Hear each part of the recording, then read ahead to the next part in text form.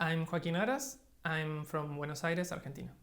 My work is mainly based in research-based projects, and the results are presented in video installations, among other media.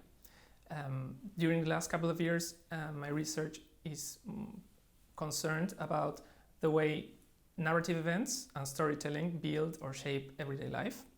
And for the last projects, I've been researching how the audience or audiences relate to media events and artworks.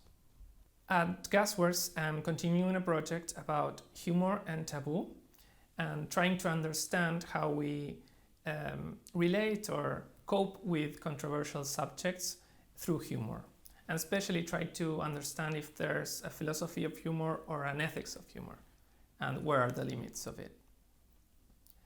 During my residency, I'm making a 2-video installation that focuses on a particular event that was Tommy Cooper's death. Tommy Cooper was a British comedian that died on stage in 1984.